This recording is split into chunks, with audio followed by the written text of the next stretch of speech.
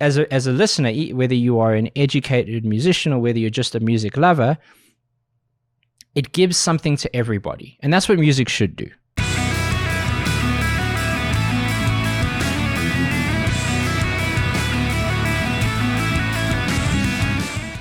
Welcome back to another reaction video, and today we are focusing on none other than The Warning. It's been a little bit since I've done a track from them, mostly because a lot of live songs have so many kind of ownerships in the copyright claims that it's a bit tricky to get it live and not have it blocked. I'm hoping this one's going to be okay, and if you're watching it, we won. We did it. Most likely not earning from it, but at least you get to see it with me, and that's important. This one is a live song from the 2023 MTV Video Music Awards, and it is a song called Evolve. So let's dive into it, shall we? Let's see what you got.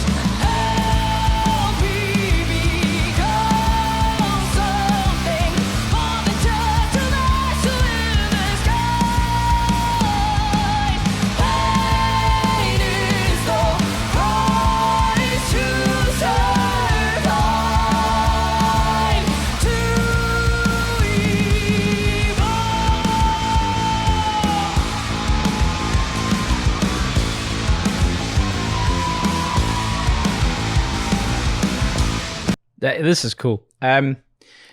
So a couple of things. Number one, when I first heard this band, the first time someone recommended I give them a listen, they were incredibly forceful about it. They were like, you have to listen to it, and if you don't, you're wrong. You'll never be happy again a day in your life. It was something along those lines. I joke.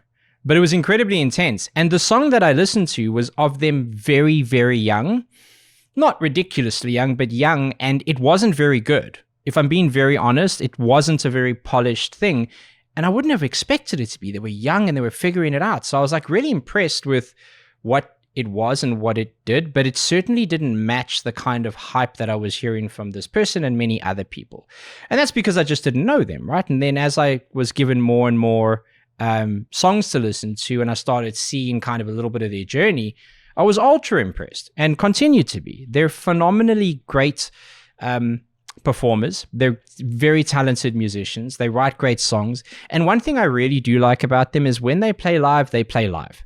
If there's a wobble in the vocal or a little slide on the guitar, which by the way happens to every single band you love and enjoy, it's just called being human. It's there. It's authentic. It's live, and it's in your face, and it's designed to be a capture of what it was like for the people that were there. Now that sometimes can sound different depending on the mix, but I really like it. There's like a real honesty in that, and that just shows how much they care about their music, and as an extension, care about their fan base. This is very cool. A couple things. So far, a very simple rock song. There's nothing wrong with that. Simple doesn't mean easy. These are two completely different principles that often get lumped together. They're doing something that is formulaic, something familiar, very melodic led. The harmonies are great. The cool thing that I do like that is a little bit surprising is at the end of the chorus, there's two chords right at the end there, these power chords that they end on, which don't feel like you're going to expect them. They feel like going from a major to a minor chord. It feels like it's a little darker and more sinister, but it really gives power to a lot of what the melody is because that remains the same. Sometimes if you can shift a music principle while keeping your vocal melody tight and consistent, that provides a whole new perspective on what that sounds like. It also gives you many, many options when you go out of the chorus. So here they have a traditional post-chorus, which is like a 4-bar kind of heavier riff, and then they'll go back into the verse again. But it does, as a listener, whether you are an educated musician or whether you're just a music lover, it gives something to everybody. And that's what music should do. So so far, really enjoying this. I could do with the guitars being pushed a bit more in the mix, but that's if I'm being ultra picky, and that has nothing to do with them.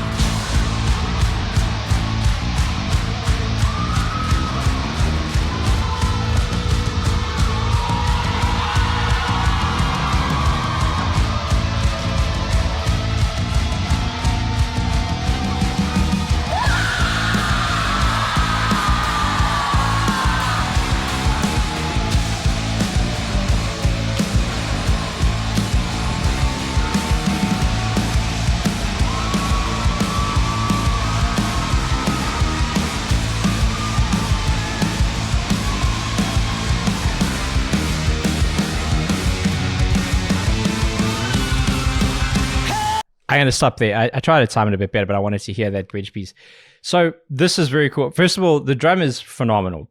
I've always been really impressed by someone who can play, and not just play at a basic level, but play with some intricacies of how they fill into different transitions.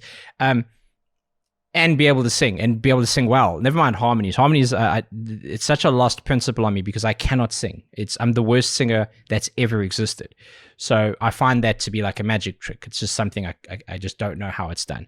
But she's incredibly good. That scream is like really good. But it got me thinking, they're in a weird spot because when you produce and play music like this, yes, you're going to get the fans because you're an all-female band and all of that. Whatever, that's fine. But you're kind of sitting in the middle of two different fan bases. There's the pop audience who will listen to you because it's something different and new, and they're like, oh, what's that about? There's a bunch of girls playing like harder music. And then you've got the metal fans who are like, it's not heavy enough. It's nice and it's melodic, but it's not heavy enough. And you get that little scream and you're like, oh, I wonder if they should do more of that. And it's like, well, they should do whatever the hell they want is the answer to that. But in reality, it is actually a difficult spot. It feels like an easy spot to be in. It feels like, oh, it's just commercial rock, right? That's super popular. I think audiences have become more specific and more dialed into what they want. And I think what was once very commercial has become has become a space that's more competitive in the sense of everything is ultra defined and there's micro genres. So it's like really difficult to place your thumb on that. I know that they are a very big band for who they are. And I'm very interested to see sort of 3 years from now what that sound evolves to be, because no band stays playing the same music ever. It's impossible. You wouldn't want them to, because then they would stop playing music and that would be a travesty. I want to see how this ends, but very interested in this. And just to clarify, when I said I want the guitars pushed more in the mix, that isn't a volume issue. You can hear them. It's a tone issue.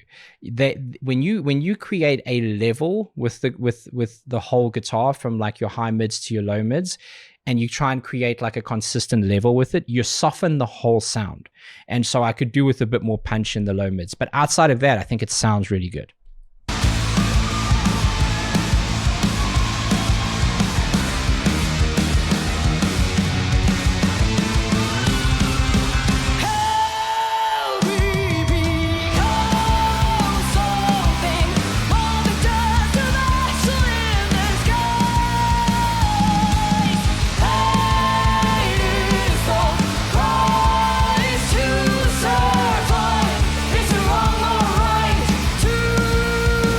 That guy's having the time of his life.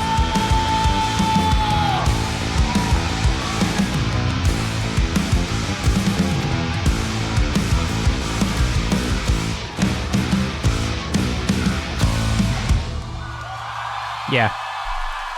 Yeah, really good. And they are like definitive performers. And I think this is, whoa. Don't you dare play. Although I do love presidents, but it's not your time. It's the warning's time. I really like what they do. One thing that I always have an issue with, when you get really young performers and they grow up, they start mimicking and doing what they're like kind of told by people. Maybe you have an uncle or a dad who is a musician or something, and you start trying to kind of fulfill what your idea of performance is, and then you can get wrapped into some of the corny cheesiness. That's not what you're seeing. They are starting, and have done for a while, developing their own stage presence, which is coming across in a really like authentic way. But like the music, very cool to see. And I'm absolutely ready for more. So please send more The Warning in the comments below. Put a link to the video you'd like me to check out. And if you'd like to get your request in, you can also join the Discord, which will let you know when I do these live Twitch streams, which is where I'm recording this right now. So there's a whole bunch of people watching me, and no pressure at all, right? So that's 1 p.m. Friday, Arizona time. And there are extra additional streams you can find out if you join the Discord. It's all in the description. Appreciate you. And until the next one, please be safe, be nice to each other, and have a damn good day.